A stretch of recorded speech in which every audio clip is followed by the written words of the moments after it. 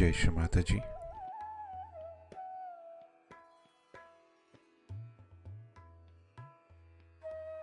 A very warm welcome to the Southeast Asia Shri Krishna Puja Festival 2021.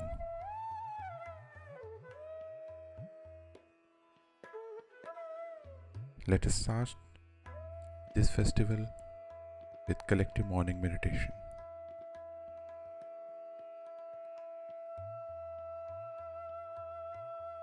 Let us all bow down to Shri Mataji, raise our Mother Kundalini and put Bandhan.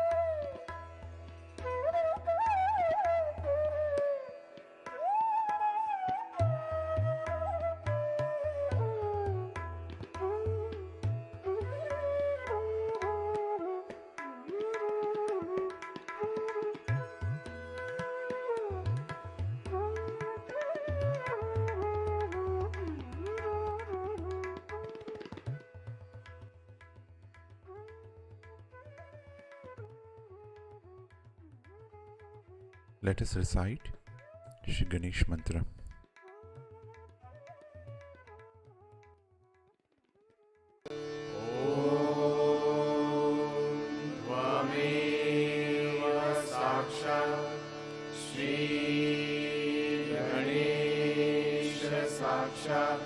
Shri Adi Shakti Mataji Shri Nirmala Deve Namo Namah.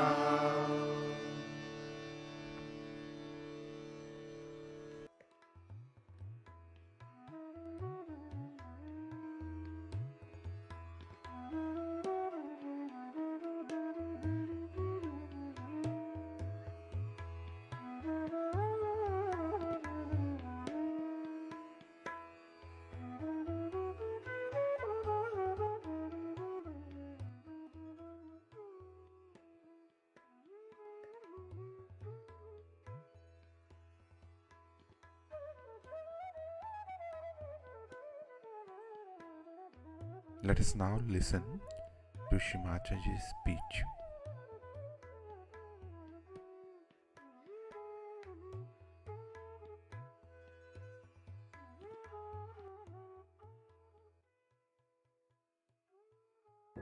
Today we are celebrating here in this holy land the birthday of Sri Krishna. Sri Krishna is the ultimate of the fatherhood that I described you before, who came on this earth and illustrated the ultimate of that. So on this earth, the highest fatherhood is Sri Krishna's awareness. But in the kingdom of God, we can say in the heavens or even above everything else, besides Sadashiva, who does not take incarnations. He is one of the aspects. Sri Krishna is one of the aspects of Sadashiva, which is the Father. And the Adi Shakti or the Holy Ghost is the other aspect of Sadashiva, which is his power. So when Sri Krishna incarnated on this earth, an aspect of this Adi Shakti came on this earth as Radha. She is the same who came as the mother of Christ, and she gave the name of Christ as the surname of Sri Krishna, as if it's Sri Krishna's name, Krishna, from Krishna. It's called as Krisht, a Krisht in Indian languages. Krisht. And I have told you before why he was called as Jesu or Yeshu. So today we are going to see to the two aspects of Sri Krishna, which were the manifestation of his divine birth. In Rama's life, they showed a man, a Purushottama, the best of the father in worldly affairs. And in Sri Krishna's life, they showed him the highest fatherhood as in Yogeshwara or in divine world. So the first aspect of Krishna we have to understand is the Yogeshwara, and the second aspect of him as the Virata. Yogeshwara means the Lord of the Yoga or the power of Yoga.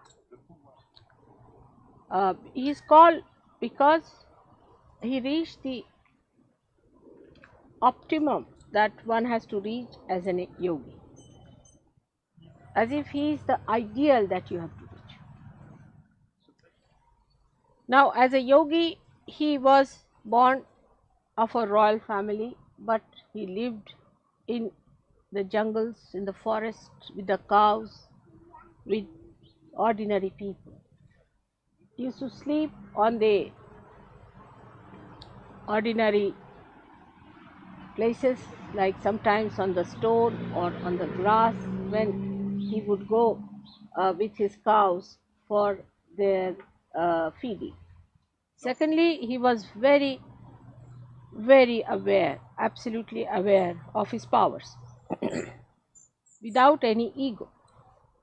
He had a special power called Samhara Shakti, by which he could destroy all those people who tried to harm the divine manifestation. The Samhara Shakti is expressed as the chakra in his hand, and another is the gada in his hand. These powers were within him, and he acted according to the power of Radha, because she was the one who sustained the power of Sri Krishna. The proof of that is this, that when he was in Gokul with Radha, he did all his Samhara work, Samhara Karya. And afterwards, he just became a chariot driver for Arjuna. So for his disciple Arjuna, he became even a chariot driver. Another great quality of Yogeshwara was the complete discretion power built in.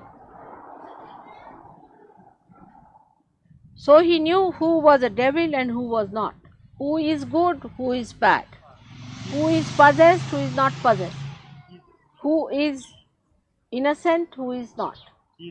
This was built in within him, this power of complete discrimination.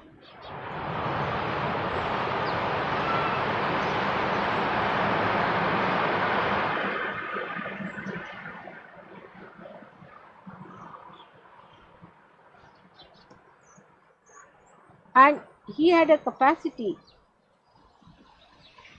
more expressing his witnesshood as a Sakshi. He had a capacity, he was a Sakshi himself. I should say this way, it's easier to understand. He was a Sakshi, means he had the capacity of witnessing the whole world as a play.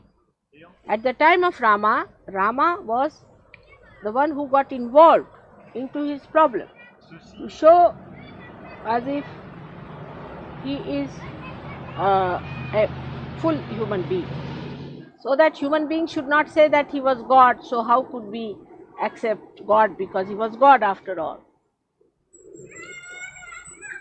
Now, this capacity in him to witness has to be seen in every yogi. The element he controls is ether. We call it as Akash in Sanskrit. This ether, as you know, we are using now for our television, for our radio, for every sort of a collective work. So we have to be in charge of the ether element as yogis. And that is the subtlest of all, in the sense that you permeate into everything with that, and is above all. Like plastic also permeates into everything, into matter, into everything up to the air, but it cannot enter into ether. So the negativity cannot enter into ether. So when you enter into your ethereal zone, you actually enter into the area which is thoughtless awareness. So to achieve your ethereal state, you have to expand your thoughtless awareness, and the sustenance of that is done by Christ, by the Spirit. So you can realize now, as a yogi, your state of mind should be ethereal. And what should be the state of your superego. This is the ego part of it, that you should be in ethereal state. And as a superego, you should see it as a play. You should see the play of the negative. Negativity will run away, but don't get involved into it. Play into their hands. Then the negativity will separate from you. So the ego and superego both rise from the Vishuddhi chakra. They can be preceded by the Agya chakra, but are to be sucked in the Vishuddhi. The greatest quality of Yogeshwara is that he is not at all involved into it. Detached, absolutely. If he eats his food, he does not eat it. If he speaks, he does not speak. If he sees, he does not see. If he hears, he does not hear. It has no effect on him, no retention on him, no action on it. Whatever he is complete. 16 petals is complete moon. 16th day of the moon is the Purnima. That is how one has to be complete in oneself, complete confidence in oneself. But the confidence should not be confused with ego. But confidence is complete wisdom, is complete dharma, it is complete love, complete beauty, and is complete God. That's what it should be. Now when he said that you give up all your dharmas and surrender to me in Gita, what he was meaning, that all other things about which you are worried, you give up and become one with me, so I look after you. Give up the responsibility to Sri Krishna. So the complete integrated divinity will start expressing through you. Means if you say that you have to be responsible, then he says, all right, go ahead, start.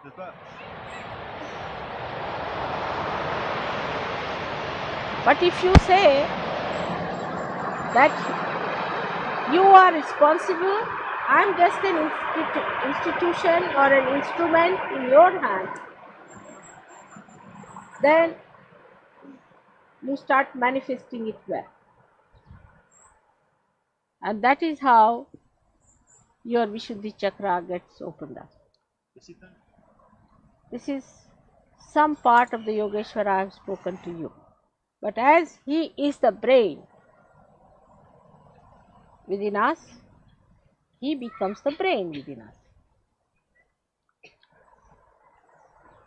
We have to know all the qualities of a divine brain are with him.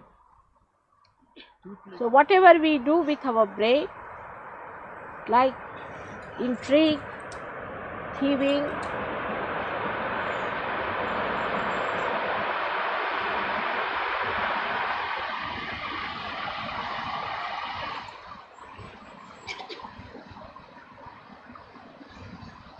the deception, all which are bad things by your brain, as they call it, are done by him for the divine purpose without getting any blemish upon himself. And the other side of it, whatever we do, so-called positive, like politics, like diplomacy, like leadership, all that is his own doing, like even the thinking of the future and all that he does for us, planning, thinking, all those things, administration, as a play. Everything is done as a play because he is the master, as we call as a sutradhara, the one who does the prologue in a drama, the one who plays with the strings, with the pantomimes. Now the other thing that we have to understand, Sri Krishna at this stage of Sahaja Yoga, that it is the Virata Shakti that is manifesting at this time. and not the Sri Krishna Shakti which was at his time. And the power that is working here is no more that of Radha or of Mary, but of Viratangana. That's why the knowledge of Sahajogis is much wider than the knowledge of all the saints of ages,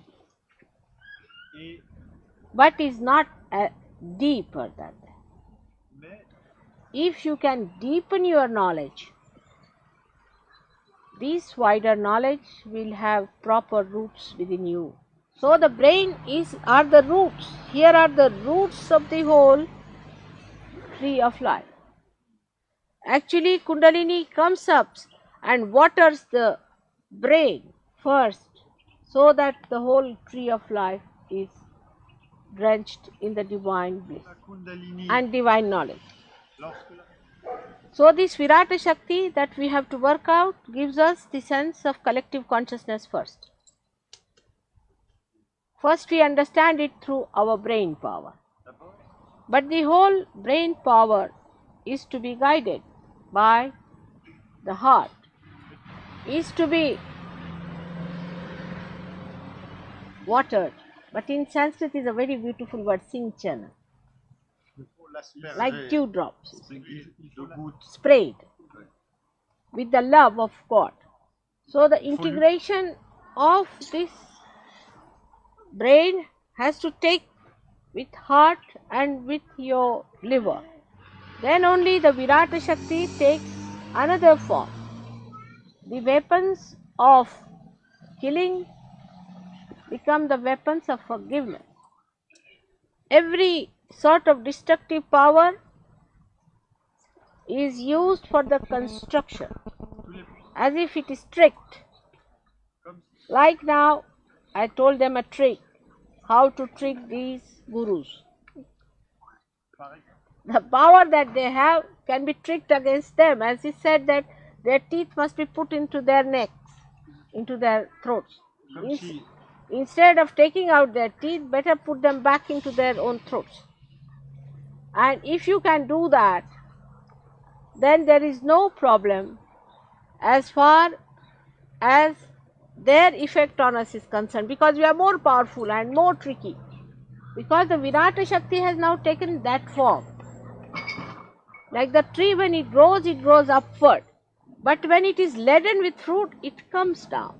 First it is attractive by its flowers, by its timber, by its all other parts of its body, and people try to destroy it for it. But when the fruits appear, they want to preserve it, and the tree bends down. Its humility is very valuable. So you are the fruits.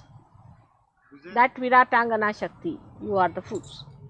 Because you are so valuable that those people who wanted to ruin or to destroy the divine power from this earth will start thinking that they have to gain something out of these fruits. So today the Virata Shakti has given you a great value, because people see that by having one Sahajogi with them, it is so precious. Say one ordinary man gets his realization, then he develops his value. In that, his own value, he can be respected, loved, and given the highest if he is a proper Sahajogi.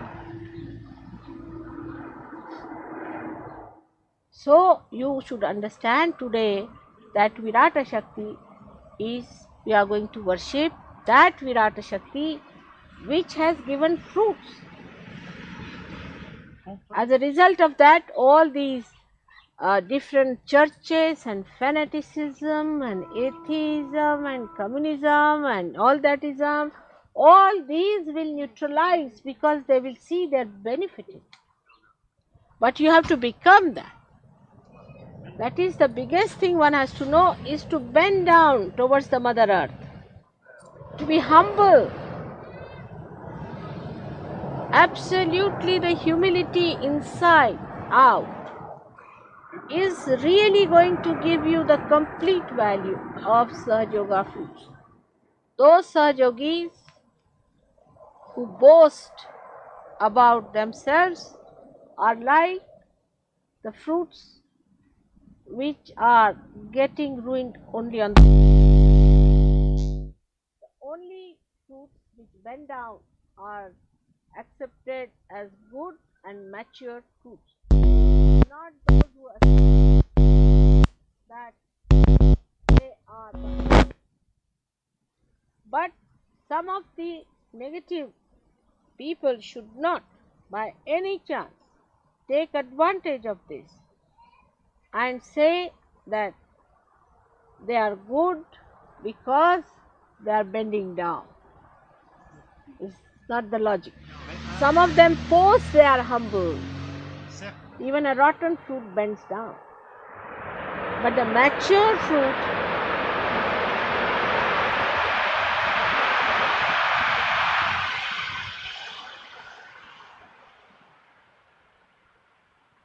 shows its humility by its weight. That is the Guru Tattva, weight. So from the Viratangana power, we get the power of maturity up to the fruit, and then we become blessed by Guru Prasad. Those who are still involved in getting to better sunshine or getting to better water supply or all these things are not yet matured because the fruit doesn't need anything anymore. It doesn't need anything from the Mother Earth nor from the elements, but it surrenders, it bends, it bows to the Mother Earth. So the Sahaja Yogi who goes on asking questions to mothers, bringing personal problems, stupid ideas, negativity, all those people are still not yet the fruits. But the matured people are those who surrender, who bow to the Mother Earth. So the capacity to bow is the best judgment of yourself, and leaving everything to the power of gravity of your mother to do every work for you, and leaving all your small little worries behind. You have to rise above these restricting powers and achieve the completion of this Virata Shakti, which ultimately becomes a Madhura Shakti.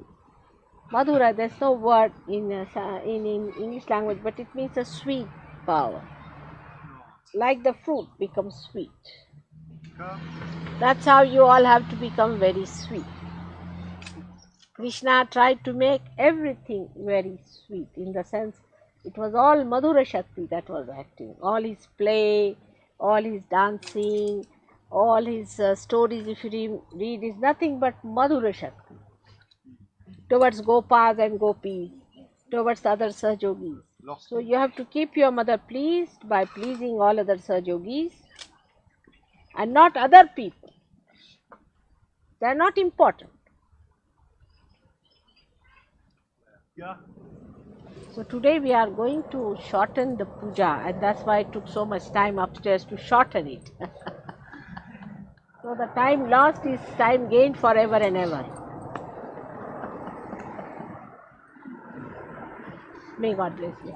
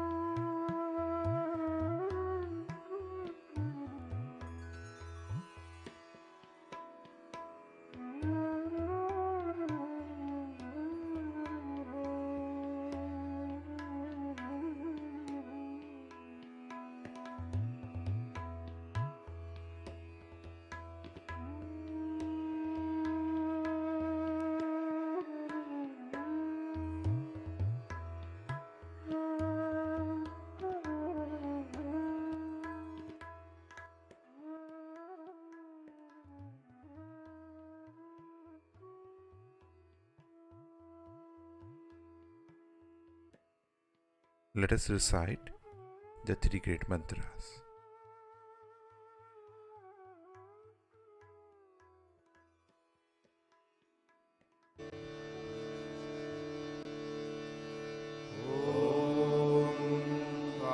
त्वमेव साक्षात् श्री महालक्ष्मी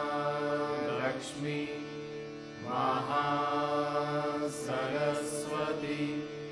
महाकाली त्रिगुणात्मिका कुण्डलिनी साक्षात् श्री आदिशक्ति माताजी श्री निर्मला देव्यै नमो नमः। ॐ त्वमेव साक्षात् श्री कल्की साक्षात् श्री आदिशक्ति माताजी श्री निर्मला देव्यै नमो नमः। ॐ त्वमेव साक्षात् श्री कल्की साक्षात् श्री सहस्रार स्वामिनी मोक्षप्रदायिनी माताजी श्री निर्मला देव्यै नमो नमः।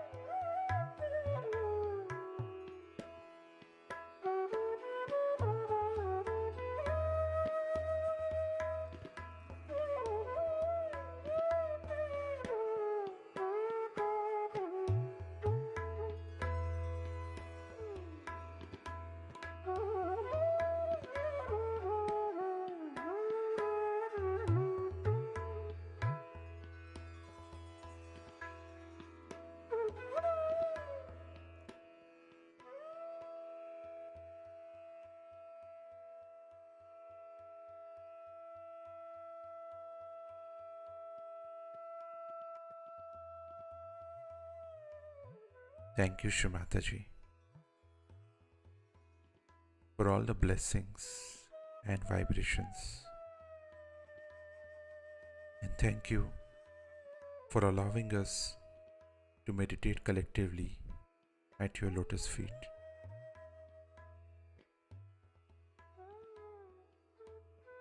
Let us all bow down to Shri Mataji, raise our Mother Kundalini, and put Bandhan.